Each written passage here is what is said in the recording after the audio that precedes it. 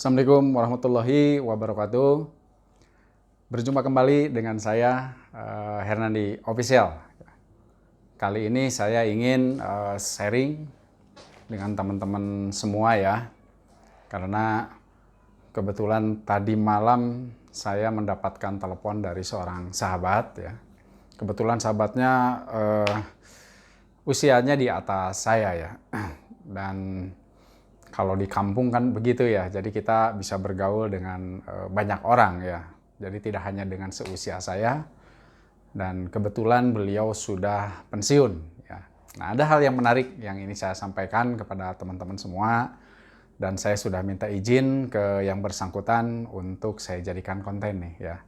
Kenapa? Karena ini bisa menjadi pelajaran ya buat kita semua, khususnya untuk saya sendiri. Dan mudah-mudahan ini menjadi pelajaran buat kita semua ya.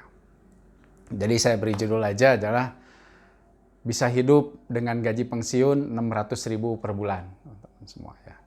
Ya tentu dilihat dari judulnya sangat miris ya menurut saya gitu ya. Nah, dia nelpon saya minta bantuan untuk membayar listrik ya, untuk membayar listriknya.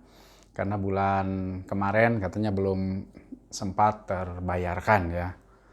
Biaya listriknya sebetulnya nggak begitu besar ya teman-teman semua, yaitu hanya Rp200.000 ya.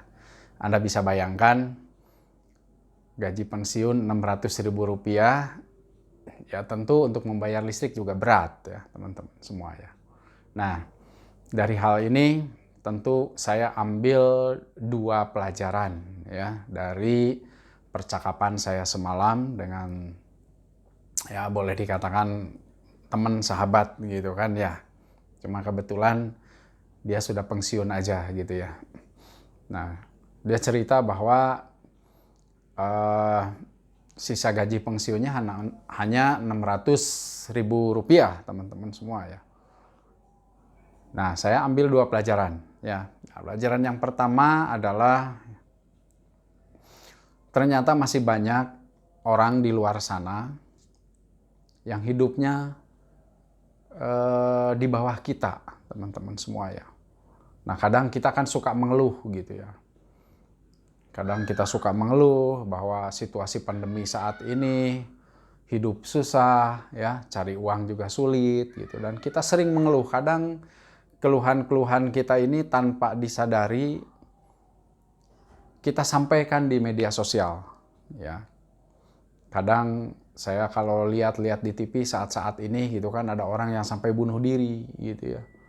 Karena situasi ekonomi. Kadang ada percekcokan antara suami dan istri gitu ya, sampai ada yang ya di luar lah ya, di luar nalar kita gitu ya. Ada yang sampai dibunuh gitu ya karena dari percekcokan sebut. Ternyata di luar sana banyak yang jauh lebih menderita dibanding kita saat ini gitu ya. Jadi pelajaran yang harus kita ambil adalah kita harus selalu bersyukur teman-teman semua ya. Di saat situasi sulit saat ini, di situasi pandemi saat ini, kita tetap harus bersyukur. Karena ternyata banyak orang di luar sana yang tidak seberuntung kita. Mungkin kita untuk makan masih bisa, coba bayangkan 600.000 sebulan. Berarti sehari 20.000 teman-teman semua ya.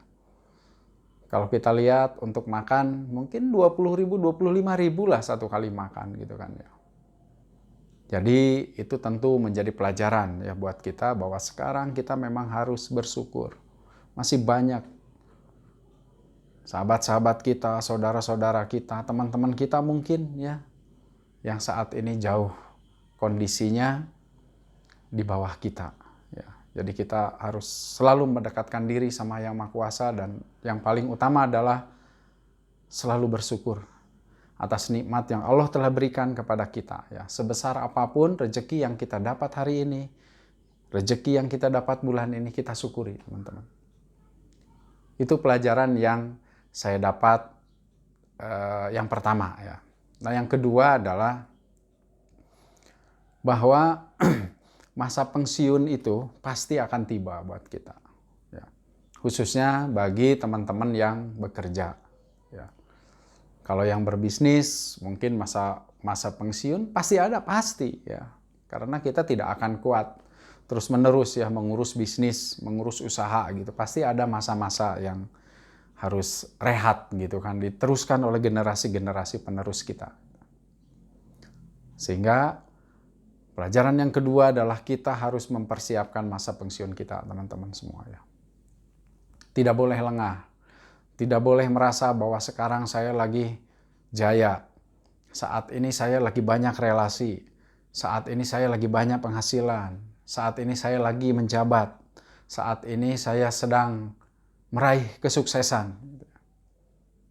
Sehingga gaya hidup kita lupa bahwa suatu saat kita akan pensiun, teman-teman semua. Itu pelajaran yang kedua ya yang saya dapat. Jadi segera untuk mempersiapkan masa pensiun kita saat ini. Saya di video-video sebelumnya sudah memberikan tips bagaimana mempersiapkan masa pensiun kita dan saya tidak akan bahas di sini ya teman-teman semua. Jadi intinya adalah persiapkan dana investasi kita untuk masa pensiun kita. Nah, pertanyaan berikutnya adalah yang saya tanyakan kepada beliau adalah kenapa kok gaji pensiunnya hanya sisa 600.000? Ternyata dari hasil diskusi, dari hasil ngobrol gitu ya, dari hati ke hati, ternyata beliau gajinya itu ya kehitung lumayan ya. Dari hasil pensiunnya itu mendapatkan Rp3.600.000 sebetulnya. Tetapi apa yang terjadi pada saat masa pensiun dia belum mempunyai rumah, teman-teman. Dia belum mempunyai tempat tinggal sendiri ya. Akhirnya dia mungkin masih ngontrak gitu kan ya. Nah, sehingga pada saat masa pensiunnya tiba, beliau ingin membeli rumah karena mendapatkan dana pensiun ya. Kemudian masih kurang dana pensiunnya untuk membeli rumah karena tahu sendiri harga-harga rumah untuk saat-saat ini berbeda dengan harga-harga rumah zaman-zaman dulu gitu ya. Nah, sehingga dia harus meminjam dari bank ya. Nah, dia meminjam, nggak tahu sih bank apa gitu ya, atau bank mungkin koperasi gitu ya. Kalau nggak salah sih ada bank yang memang khusus untuk menampung dana-dana pensiun gitu ya. Nah cuma yang saya nggak tega adalah, atau saya heran gitu ya, kok kenapa sebuah lembaga peminjam bank atau bank ataupun apapun itu namanya gitu ya, membiarkan seorang pensiunan yang gajinya hanya 3.600.000 sampai, ya maaf ya dalam tanda kutip saya bilang tega gitu kan ya, memberikan pinjaman dengan potongan pinjamannya sebesar 3 juta. Jadi artinya dia hanya bersisa 600.000 teman-teman semua ya. Hanya bersisa 600.000 rupiah. Kan semestinya kalau kita punya hati gitu ya, harusnya kan dicek ya, oh ini pensiunannya gajinya 3.600.000, ya minimal 60% lah yang dia terima gitu kan ya. Jadi jangan sampai dari 3.600.000 hanya 600 yang diterima dan 3 jutanya dipotong oleh pinjamannya gitu kan. Nah, ini teman-teman semua ya, saya mengajak kepada teman-teman semua jangan sampai lupa saat kita sedang berjaya, segera dananya investasikan kepada hal-hal yang memang bisa kita petik pada saat pensiun kita nanti. Khususnya jangan sampai kita terlena, kita lupa membeli mobil dulu, membeli kendaraan dulu gitu kan ya. Padahal ada hal yang paling urgen, yaitu Anda harus mempunyai rumah sendiri dulu, teman-teman. Silahkan teman-teman semua memilih, mencari bagaimana untuk mendapatkan rumah. Saya kira saya ada di video-video saya sebelumnya, tipsnya bagaimana, apakah harus ring 1 dulu, ring 2, ring 3, harganya berapa, apa mungkin beli tanah dulu, dan sebagainya. Silakan teman-teman berinvestasi sesuai dengan kemampuan teman-teman saat ini. Kalau saat ini mampunya hanya tipe 21, ambil. Atau mungkin kemampuan saat ini hanya mampu untuk membeli rumah kecil dulu, ambil. Atau mungkin hanya mampu untuk beli tanah dulu, ambil teman-teman semua ya. Ini pelajaran yang berharga khususnya buat saya pribadi gitu ya, dan mudah-mudahan cerita saya ini karena memang ini ada cerita nyata, mudah-mudahan juga bisa bermanfaat buat teman-teman semuanya. Saya kira itu yang ingin saya sampaikan. Mudah-mudahan sharing kali ini bisa bermanfaat khususnya buat diri saya pribadi, umumnya buat teman-teman semua. Dan saya ucapkan terima kasih juga kepada teman saya, mudah-mudahan nonton nih video saya. Terima kasih banyak karena Anda sebetulnya telah menjadi inspirasi buat saya. Dan mungkin buat teman-teman semua, menjadi inspirator buat kita semua. Jangan sampai kita lupa bahwa suatu saat kita akan masuk ke babak berikutnya, yaitu masa pensiun. Terima kasih, semoga bermanfaat. Assalamualaikum warahmatullahi wabarakatuh.